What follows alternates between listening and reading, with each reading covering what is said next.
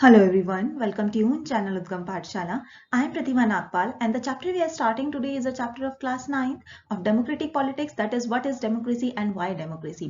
So basically हम इस chapter में पढ़ेंगे कि democracy होती क्या है, democratic type of government सभी जो other governments हैं, other type of governments हैं उनसे कैसे अलग है, क्या इसमें सिर्फ हमें merits देखने को मिलते हैं या फिर इसमें कुछ flaws भी हैं। साथ ही साथ हम इस chapter में ये भी कवर करेंगे कि जो democracy कि हम जो डेफिनेशन पढ़ते हैं कि क्या ये वहीं तक सीमित है कि इसमें और भी हम देख सकते हैं, यानी कि ब्रॉडर सेंस डेमोक्रेसी का क्या होता है वो भी हम इस चैप्टर में कवर करेंगे। तो चलिए स्टार्ट करते हैं। सबसे पहले इसमें यही पूछा हुआ है कि डेमोक्रेसी होती क्या है, तो देखते हैं।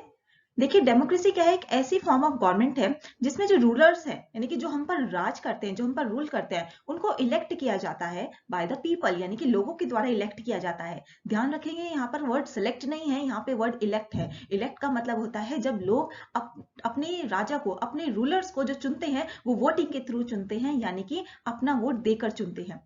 देखेंगे यहाँ पर कुछ एग्जाम्पल दिए हुए हैं, इसमें देखते हैं कि क्या एक डेमोक्रेसी है या नहीं। जैसे म्यांमार है, वहां पर आर्मी रूल है। ऐसी चिली में डिक्टेटरशिप है, तो ये डेमोक्रेटिक टाइप ऑफ गवर्नमेंट नहीं मानी जाएगी। क्यों? क्योंकि आपका डिक्टेटरशिप यानी कि तानाशाही वहां हो रही है, वहां लोगों की नहीं सुनवाई है, यानी कि जो डिक्टेटर चाहेगा सिर्फ वही होगा। ठीक, तो ये डेमोक्रेटिक टाइप ऑफ गवर्नमेंट नहीं है, क्योंकि डेमोक्रेसी में क्या होता है कि लोगों की भी सुनी जाती है, लोग अपनी सरकार को खुद चुनते हैं। वो आपने सुना है ना कि लोगों द्वारा लोगों के लिए चुनी हुई सरकार। तो इसमें आप डिक्टेटरशिप में ऐसा नहीं देख सकते हैं। ठीक है, वहीं अगर हम बात करें नेपाल और सऊदी अरब की, तो वहां हेरिडिटरी किंग है। हेरिडिटरी किंग का मतलब होता है कि जैसे पहले राजा है तो वो एक पर्सन है, वो राजा बना, फिर उसका बेटा राजा बना, फिर उसका बेटा, यानी कि वंश जो प्रथा होती है वो चली आ रही है। तो ये भी आपकी क्या है, डेमोक्रेटिक टाइप ऑफ गवर्नमेंट नहीं है।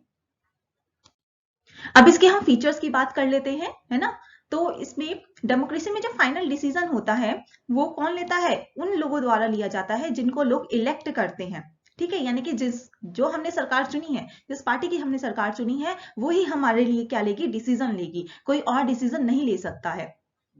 A democracy must be based on a free and fair election where those currently in power have a fair chance of losing।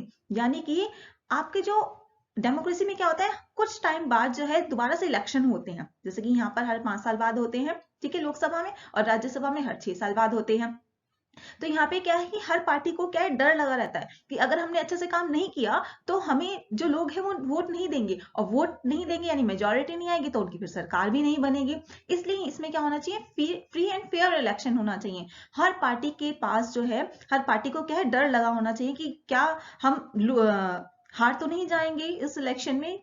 तो इससे क्या पता चल रहा है कि हर पार्टी को जो जीत रही है उसको अच्छा काम करना है, और उनको ये भी है कि वो हार ना जाए। ठीक है, लेकिन अगर हम इसमें मैक्सिको का एग्जाम्पल लें, तो ये मैक्सिको में जो है हर 6 साल बाद इलेक्शन होते थे, जिसमें पीआरआई जो पार्टी है वो हमेशा जीतती थी। क्यों? माल प्रैक्टिसेस के थ्रू। ठीक है, तो ये आपके डेमोक्रेटिक टाइप ऑफ गवर्नमेंट नहीं है। माल प्रैक्टिसेस कैसे करती थी कि वहां पे जो स्कूल है, ठीक है, वहां पे स्टूडेंट्स को बस पीआरआई की जो है अच्छी बातों के लिए ही कहा जाता था। वहां जो स्टूडेंट्स पढ़ते थे, ठीक, उनके जो पेरेंट्स हैं उनको ये बोला जाता था कि आपको एक पर्टिकुलर इसी पार्टी को जो है वोट देना है।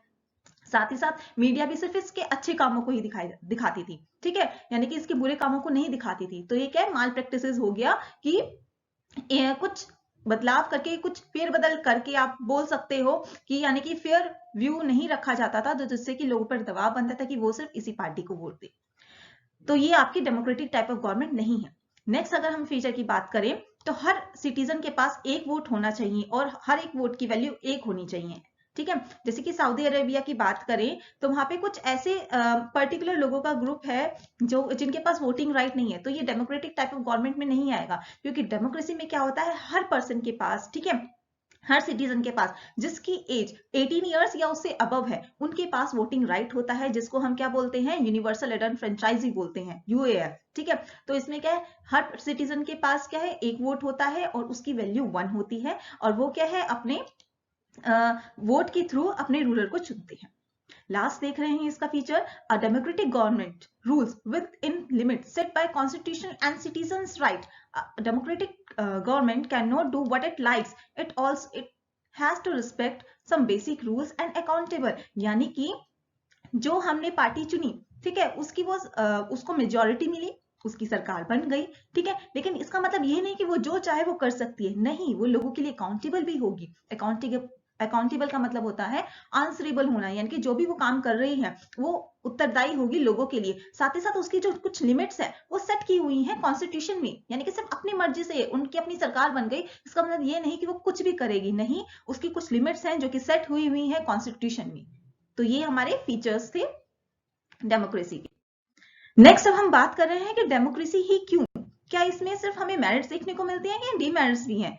तो सबसे पहले हम इसकी फेवर की बात करते हैं कि हमने डेमोक्रेटिक टाइप ऑफ गवर्नमेंट को ही क्यों चुना, क्यों ये सबसे अलग है, ठीक है। तो सबसे पहले देखोगे आप कि अ democratic government is better because it is more accountable form of government, यानी कि ये जो है गवर्नमेंट जो आपकी डेमोक्रेटिक टाइप ऑफ गवर्नमेंट है, यही एक ऐसी सरकार है, यही आप बोल सकते हैं एक ऐसी टाइप ऑफ गवर्नमेंट है जो कि लोगों के लिए उत्तरदायी होती है, आंसरेबल होती है। यानी कि जब आपके चुनाव होते हैं, ठीक है, जब चुनाव का माहौल चल रहा होता है तो लोग क्या, जो आपके नेता वगैरह होते हैं वो क्या लोगों से बोलते हैं कि हम सड़क बनवाएंगे, हम बेरोजगारी दूर करेंगे, हम एम्प्लॉयमेंट देंगे, और बहुत सारे जो है इनके दावे होते हैं।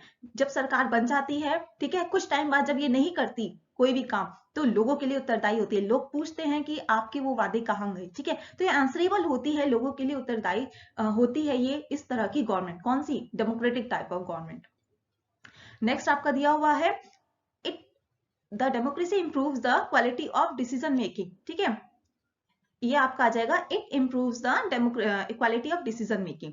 देखिए इसका मतलब ये है कि यहाँ पे अगर, क्योंकि डेमोक्रेसी और हमारे इंडिया में इतनी डाइवर्सिटी देखने को मिलती है, चाहे आप वो कास्ट के बेसिस पे ले लीजिए, चाहे आप रिलीजन के बेसिस पे ले लीजिए, rich and poor means financial condition के बेसिस पे भी अगर हम बात कर लें तो हम बहुत सारी डाइवर्सिटी देखने को मिलती है।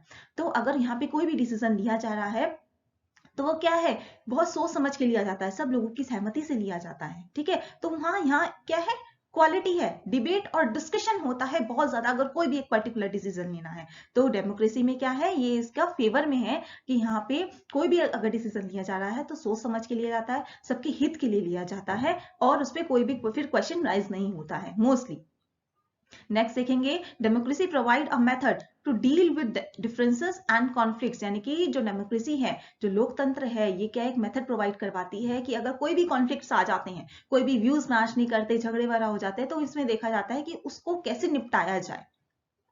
फिर नेक्स्ट है हमारा जो आपकी डेमोक्रेटिक टाइप ऑफ गवर्नमेंट है, ये डिग्निटी बनाए रखती है, ये जो आपके सिटीजन्स हैं उनका सम्मान बनाए रखती है, उनका अस्तित्व बनाए रखती है।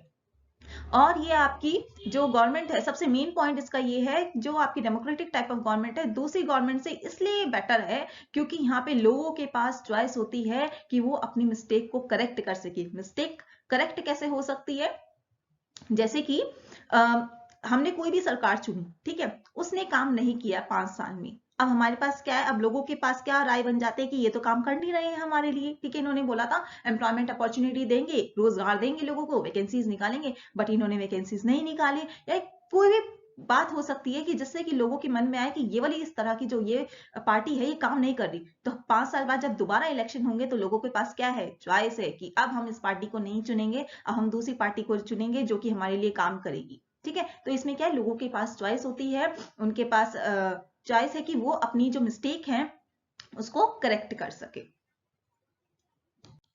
इसमें बहुत ज्यादा हमने देखा कि मेरिट्स तो हैं लेकिन साथ ही साथ इसमें फ्लॉज भी हैं, यानी कि कुछ ऐसे पॉइंट्स हम देख रहे हैं कि डेमोक्रेसी को अच्छी गवर्नमेंट नहीं माना जाता, ठीक है। फर्स्ट ऑफ ऑल इसमें क्या है, इंस्टेबिलिटी है। इंस्टेबिलिटी का मतलब क्या है कि कोई भी सरकार लंबे समय तक नहीं चलती, ठीक, सिर्फ 5 साल के लिए ही है या एक पर्टिकुलर टाइम पीरियड के लिए ही है, तो इससे क्या है, इंस्टेबिलिटी बनी रहती है।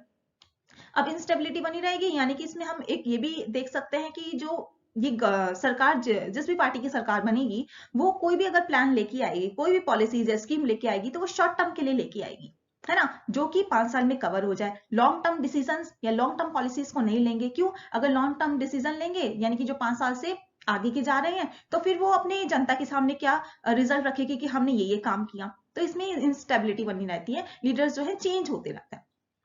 नो मॉरलिटी, अब आपको पता है कि जो पॉलिटिक्स में होता है तो उसमें नैतिकता तो हम देखते ही है ना कि बोलते हैं कि आप बोल सकते हो जो आपका पॉलिटिक्स है ये बहुत गंदा दलदल है, ऐसे बोला जाता है। तो इसमें क्योंकि मोरालिटी नहीं है इसमें, ठीक है, कोई नैतिकता का कोई स्कोप ही नहीं है, मोरालिटी का कोई स्कोप ही नहीं है। यानी कि जीतने के लिए यहाँ पे नेता एक दूसरे के ऊपर बहुत गंदे एलिगेशंस लगा देते हैं, बैड एलिगेशंस। नेक्स्ट आपका दिया हुआ है so many people have to be consulted in a democracy that is leads to delay. यानी कि अगर कोई भी डिसीजन लिया जा रहा है ना, तो वो बहुत उसमें बहुत ज्यादा डिबेट होगा, बहुत ज्यादा डिस्कशन होगा। तो क्या यहाँ पे जो डिसीजन मेकिंग है वो बहुत डिले हो जाती है, बहुत देरी से हो जाती है, यानी कि डिसीजन लेने में बहुत टाइम लग जाता है। नेक्स्ट है bad decision, elected leaders do not know the best interest of the people, it leads to bad decision. कई बार क्या होता है कि लोग जो चुने हुए हैं ना, उनको ये नहीं पता कि लोगों का हित किस में है, वो सिर्फ कई बार अपने बारे में ही सोचते हैं, मोस्टली अपने बारे में ही सोचते हैं, लोगों का नहीं इतना ध्यान रखते। तो इसमें क्या वो बैड डिसीजन ले लेते हैं, यानी कि उनको ये नहीं पता होता, ये नहीं जान पाते कि लोगों का हित किस में है, उनका इंटरेस्ट किस चीज में है, तो इससे फिर बैड डिसीजन हो जाता है। अच्छा, लास्ट हमारे दिया हुआ है corruption, democracy leads to corruption for its based on electoral competition. इसमें क्या करप्शन भी हमें देखने को मिलता है। तो हमने क्या देखा, वाई डेमोक्रेसी में हमने इसके कुछ मेरिट्स भी देखे, साथ ही साथ इसमें कुछ फ्लॉज भी देखे, ठीक है। यानी कि हम देखते हैं कि डेमोक्रेटिक टाइप ऑफ गवर्नमेंट जो है एक बहुत अलग है, बहुत बेटर टाइप ऑफ गवर्नमेंट है, लेकिन इसके बावजूद भी इसमें हमें कुछ फ्लॉज भी देखने को मिलते हैं। नेक्स्ट हम देख रहे हैं broader meaning of democracy, it is the last topic of this chapter, ठीक है। इसमें क्या है कि हमने क्या पढ़ा, हमने डेमोक्रेसी की डेफिनेशन पढ़ी, हमने कुछ एग्जाम्पल के थ्रू पढ़ा, और हमने ये भी देखा कि मेरिट्स क्या होती हैं, डीमेरिट्स क्या हैं, कुछ क्या फ्लॉज होते हैं। लेकिन क्या ये सिर्फ वहीं तक सीमित है? नहीं, देखेंगे democratic ideas can be practice in various decision making process. यानी कि जो डेमोक्रेटिक टाइप ऑफ गवर्नमेंट है, इसमें जो आइडियाज लिए जाते हैं, इसमें भी आपके क्या डिसीजन मेकिंग की डिफरेंट आपके प्रोसेस हो सकती हैं जो प्रैक्टिस कर सकते हैं। इन ब्रॉडर सेंस अगर हम इसकी बात करें ब्रॉडर सेंस में, तो कोई भी country, not even India, is completely democratic. ये कंप्लीटली डेमोक्रेटिक नहीं है। ये बात बिल्कुल सच है कि जो इंडिया है लार्जेस्ट डेमोक्रेटिक कंट्री है, यहाँ पे लोगों को बहुत ज्यादा अधिकार दिए गए हैं सभी, क्योंकि डाइवर्सिटी इतनी है, कोई भी डिसीजन लिया जाता है तो उस पर इतना क्वेश्चन राइज नहीं होता। आप ये भी देख सकते हो कि जब यहाँ का कॉन्स्टिट्यूशन बना, तो उसमें B R Ambedkar, who is the father of our constitution, है ना, तो जब उन्होंने पूरी कॉन्स्टिट्यूशन बनाया, अपने जो उनके साथ में सहयोगी थे, जो लोग थे, तो जब वो कॉन्स्टिट्यूशन बना तो किसी भी बंदे ने, किसी भी पर्सन ने क्वेश्चन राइज नहीं किया, जो कि बहुत बड़ी बात है ना। तो इसमें हम ये देख रहे हैं। तो ब्रॉडर सेंस की बात करें तो कोई भी country completely democratic type of government नहीं है। The features of democracy are only minimum conditions. A lot can be done towards achieving real democracy. यानी कि डेमोक्रेसी क्या है, एक इंक्लूसिव बोल सकते हो डेफिनेशन है। अगर हम इसकी बात करें, इसमें अगर हम और ऐड करते रहे, इंक्लूड करते रहे, तो भी मतलब बोल सकते हो कि इसमें लोगों की आशा बहुत ज्यादा होती है। जो गवर्नमेंट है वो बस इंसेंटिव देती रहे, लोगों की भलाई की के लिए काम करती रहे, तो वो इसमें ब्रॉडर सेंस में आ जाता है। So this is all about this chapter. If you like this chapter, so please like this video, share this video, subscribe to your own channel, and press the bell icon so that you will get all the notifications of my latest videos. Thank you so much.